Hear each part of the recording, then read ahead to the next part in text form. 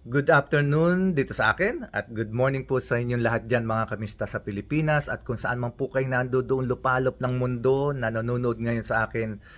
Salamat po. Good afternoon and good morning po sa inyong lahat at mabuhay po kayo and God bless po sa inyong lahat. Simulan po natin ang ating talakayan ngayong araw na ito.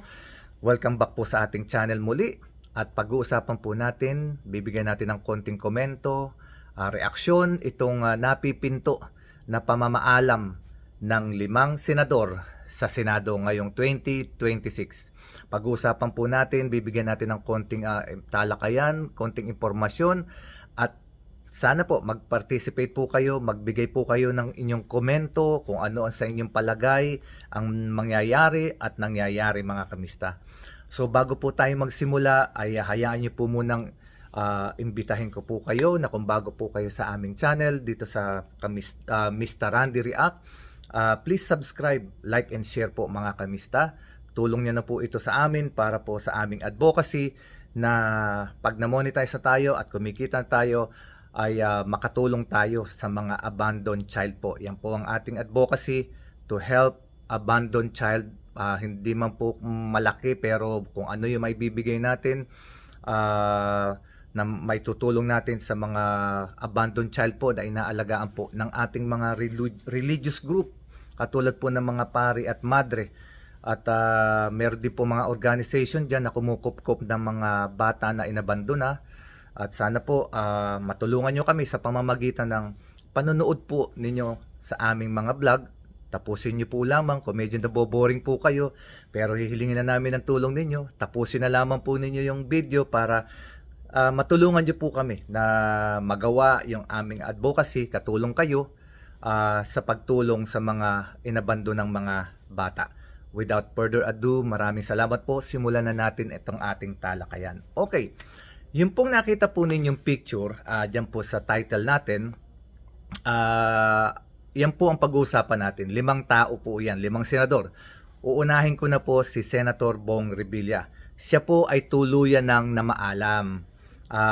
Kasi po siya ay nakakulong na ngayon sa Quezon City Jail dahil po siya ay sinampahan ng 2 kaso ng graft at saka po itong bali ano po yan yung graft po kasi bailable yun pero nag-bail na siya ron pero hindi ibig sabihin nun ay makakauwi na siya. Siya po ay nakulong po sa isa pang kaso na non-bailable kasi mataas po yung pera na kanya nakuha kasi may minimum po yun, 50 million, minimum of 50 million. More than 50 million po ang sinasabing allegedly ay kinasasangkutan niya sa ano po na ito, sa anomalya na 98 million pesos daw po ang dinispalko na ibulsa so hindi may dadaan ng proseso ito mga kamista. So sa madalit salita, siya po ay nakakulong ngayon at non-bailable po yung kaso niyang iyon sa malversation po yun.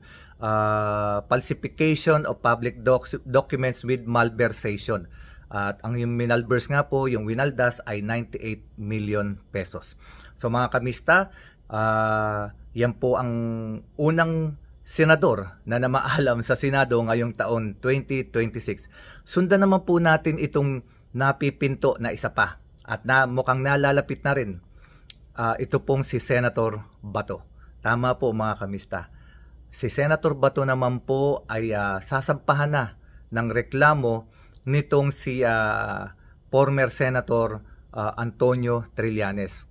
Ano po yung isasampang reklamo ni Senator Trillanes at meron bang basihan si Senator Trillanes para na sampahan niya to ng kaso? Ano ba yung kaso at meron bang sapat na timbang para i-accept yung kanyang reklamo na isasampa dito kay Senator Bato? Yes, meron po mga kamista. Unang-una kasi po, si Senator Bato po ay isang elected official na senador.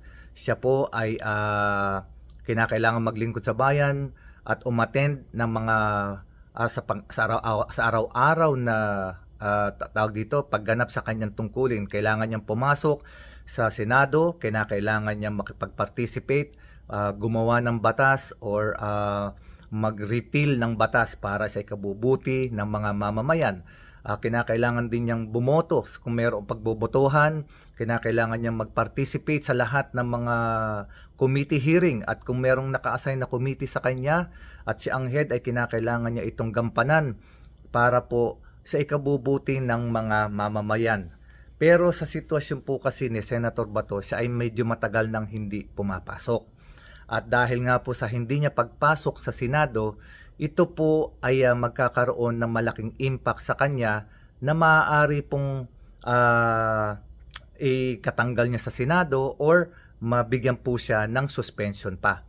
So ganito po yan mga kamista. Dahil po sa pagtatago ni Senator Bato, sa hindi natin masyadong malamang kadahilanan kung ano ba talaga ang totoo, kung bakit siya ay nagtatago, dahil daw meron na siyang warrant of arrest. Yung iba naman sinasabi wala naman siyang warrant of arrest. Hindi natin maintindihan kung ano totoo mga kamista, pero ang malinaw dito ay hindi pumapasok si Senator Bato. At hindi ko maintindihan kung bakit hindi niya kayang panindigan yung sinasabi niya na bring it on.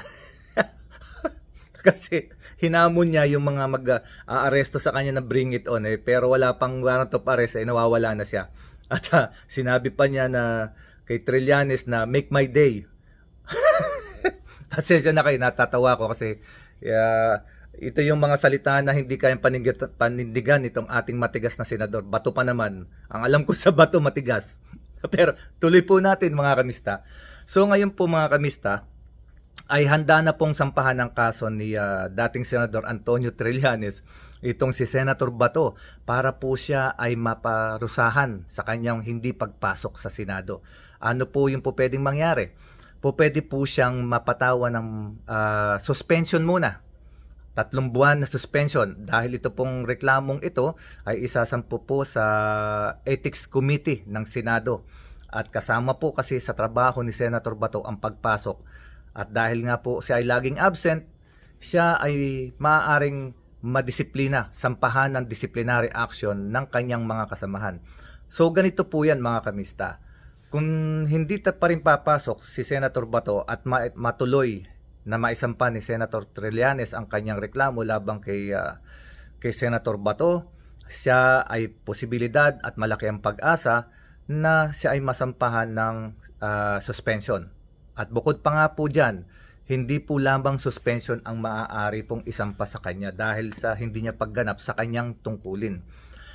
Siya rin po ay maaaring matanggalan ng mga benepisyo katulad ng sweldo o kung ano pa man ang benepisyo na tinatanggap ng isang senador dahil po sa hindi niya pagganap sa kanyang tungkulin.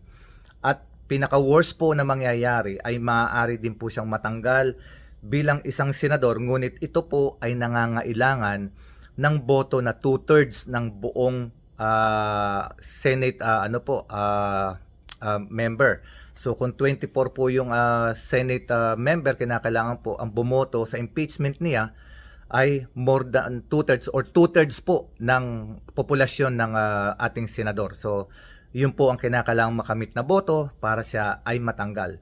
Ngayon kung hindi naman po umabot sa 2/3 ang boto para siya matanggal, ay mananatili pa rin po siyang senador. Ngunit sana po, kung mangyari man ito at magkabotohan at hindi siya matanggal dahil di naman umabot sa 2/3 ang kanyang boto, sana gampanan pa rin po niya ang kanyang trabaho dahil sa isang senado, maraming umaasa sa kanya, ang dami pa naman niyang boto. Sayang po, umaasa yung mga bumoto sa kanya na gagawa siya ng magagandang batas, magre-repeal siya ng batas para sa ikabubuti ng mga constituent niya, ng mga Pilipino. So, yan po ang pangalawang senador na napipinto na maaari na rin pong mawala sa Senado. Tumungo naman po tayo doon sa ikatlo, ika-4 at ika-5. So, andyan po si Senator Joel Villanueva, si Senator Chis Escudero, at si Senator Jinggoy Estrada. Bakit po natin nasabi na maaaring mamaalam din sila sa Senado ngayong taon na 2026? Unang-una po mga kamista, sila po ang tatlo na sasampahan na rin po ng reklamo sa Department of Justice. At ang ano nga po ay ang kaso nila ay plunder din po mga kamista tungkol po sa flood control anomaly, mga nawaldas na pera, mga kickbacks na milyon-milyon ang halaga. At ito po ay sinumiti na rin po ng Department of Justice na sila ay pinasasampahan na rin po ng subpoena. Pinasasampina na rin po sila para mag-appeal o mag-appear sa korte at ibigay ang kanilang side para naman po pakinggan kung sila po ba ay dapat arestuhin, dapat po ba silang labasan ng warrant of arrest o hindi. So sa ngayon po ay nirekomenda pa lamang po sila para ilabas o bigyan ng subpoena, pinasasubpoena na po sila para sagutin ang mga aligasyon na kinasasangkutan po nila.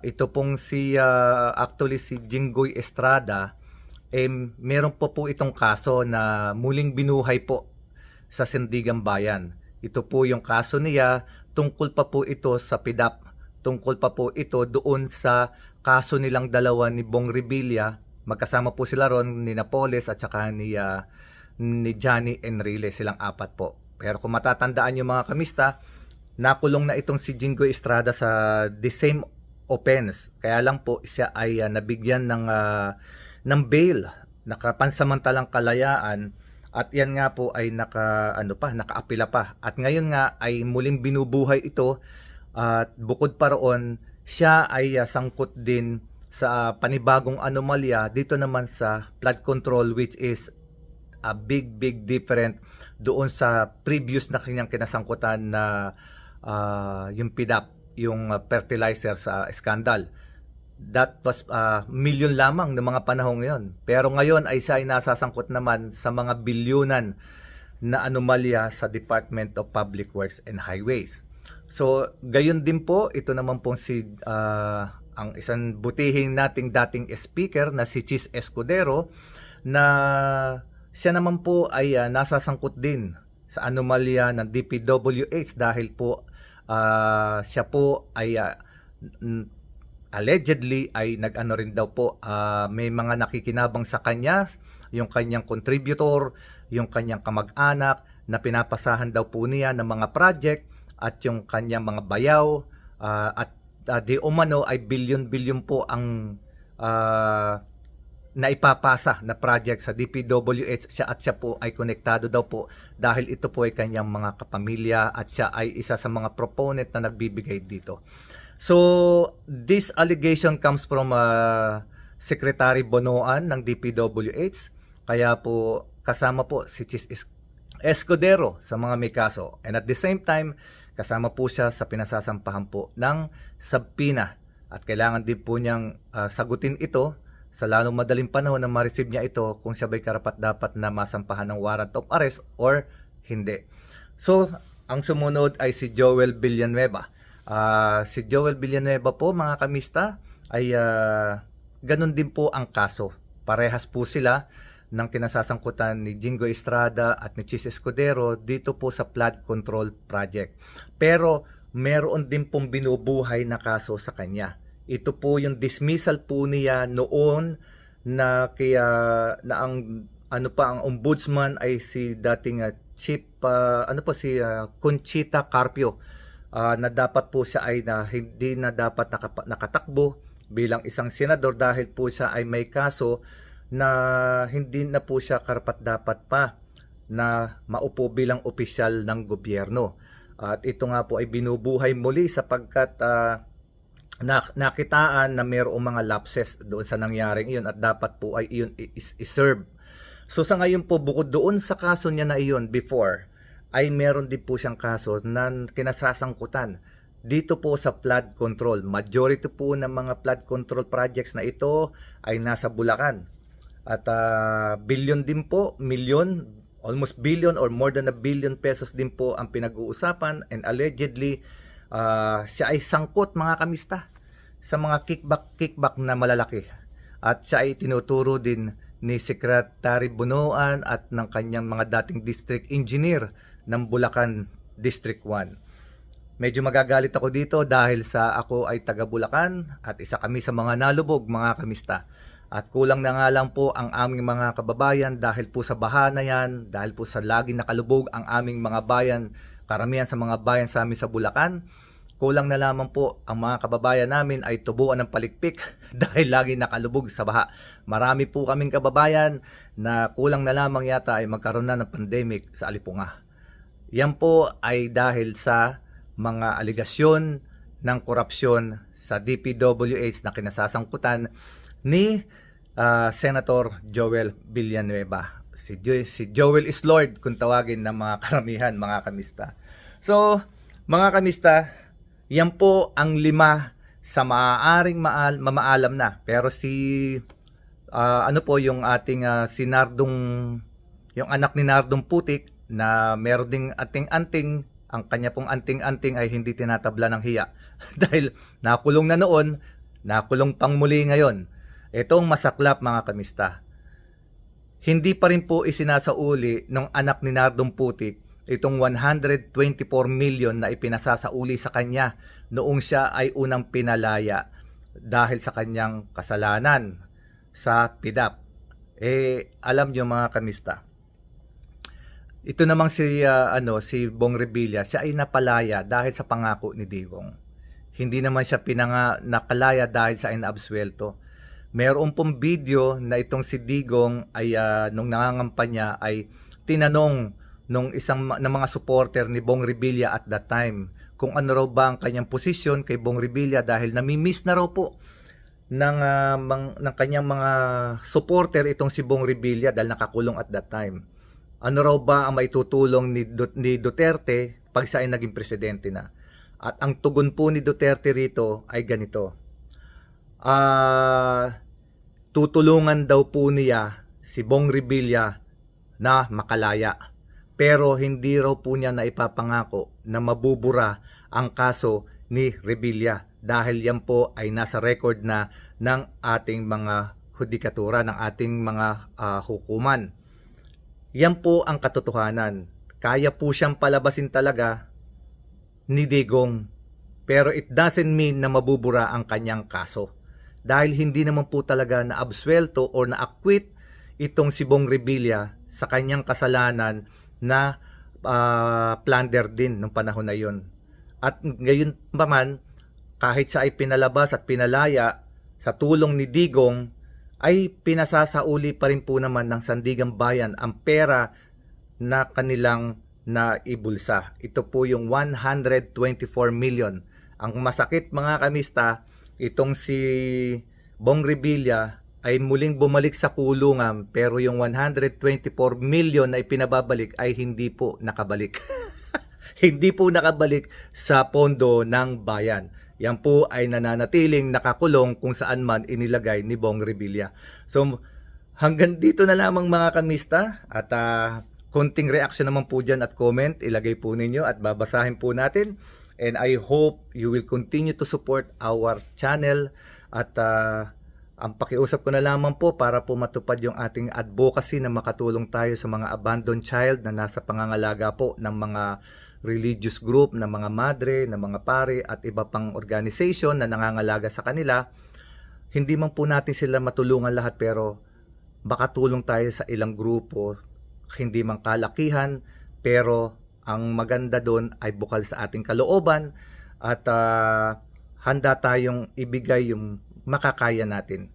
So mga kamista, panuorin niyo po lamang ang ating mga vlog at pati yung ating mga previous vlogs at kung medyo boring, pagpasensyahan nyo na. Humihingi na lamang kami ng tulong para po makatulong po tayo, ang ating grupo, ang ating community sa mga gusto nating tulungan ng mga batang inabandona ng kanilang mga magulang. That is a promise. I will do that, mga kamista, na gagawin po natin yon. Yan po ay dahil sa tulong ninyo. Gagawin natin lahat yan. At hindi ko po kayo hihingi ng pera. Ang hihingin ko lang sa inyo ay mag-subscribe, mag-like at mag-share at panuorin po ninyo ang ating video ng buo. Malaking tulong na po yan.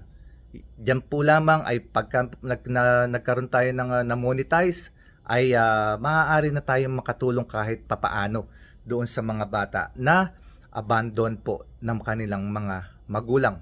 So mga kamista, hinihingi ko po ang inyong suporta at ngayon pa lang nagpapasalamat na ako sa inyo. Lagi po nating tatandaan ang mga taong nakademanda mga politiko hanggat hindi po bumababa ang kanilang hatol sa korte, sila ay nananatiling inosente at may karapatan silang ipagtanggol ang kanilang mga sarili. Maraming salamat po mga kamista at lagi po nating isipin na maging mabuti sa ating kapwa. Thank you very much sa ating mga kapatid na Muslim. Assalamualaikum. God bless us all. Hanggang sa muli.